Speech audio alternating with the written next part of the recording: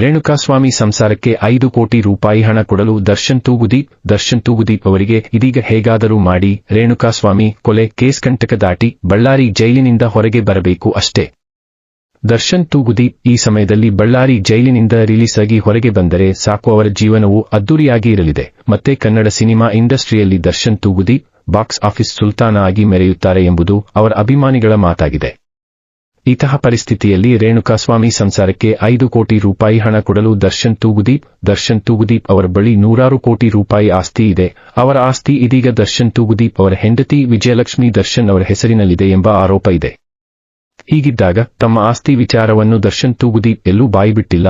ಆದರೆ ದರ್ಶನ್ ತೂಗುದೀಪ್ ಒಂದು ಸಿನಿಮಾಗೆ 20 ಕೋಟಿ ರೂಪಾಯಿಗೂ ಹೆಚ್ಚು ಸಂಭಾವನೆ ಪಡೆಯುತ್ತಾರೆ ಎಂಬ ಮಾತು ಗಾಂಧಿನಗರದಲ್ಲಿ ಓಡಾಡುತ್ತದೆ.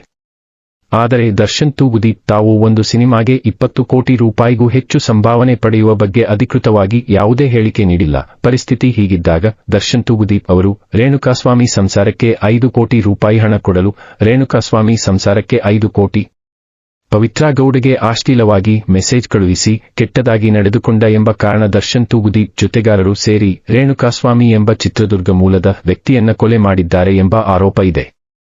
ಹೀಗಿದ್ದಾಗ ರೇಣುಕಾಸ್ವಾಮಿ ಕೊಲೆ ನಾನು ಮಾಡಿಲ್ಲ, ನನಗೂ ರೇಣುಕಾಸ್ವಾಮಿ ಕೊಲೆಗೂ ಸಂಬಂಧ ಇಲ್ಲ ಅಂತ ದರ್ಶನ್ ತೂಗುದೀಪ್ ಅವರು ಈಗಾಗಲೇ ಹಲವು ಬಾರಿ ಹೇಳಿದ್ದಾರೆ.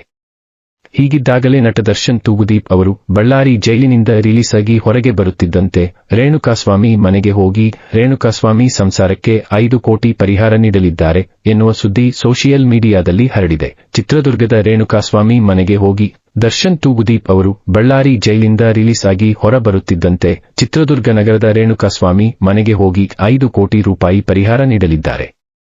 ಈ ಮೂಲಕ ರೇಣುಕಾಸ್ವಾಮಿ ಹೆಂಡತಿ ಅಪ್ಪ ಅಮ್ಮನಿಗೆ ದರ್ಶನ್ ತೂಗುದೀಪ್ ಸಾಂತ್ವನ ಹೇಳುತ್ತಾರೆ ಎಂಬ ಸುದ್ದಿಯನ್ನು ಸೋಷಿಯಲ್ ಮೀಡಿಯಾದಲ್ಲಿ ಹರಡಿಸಲಾಗುತ್ತಿದೆ.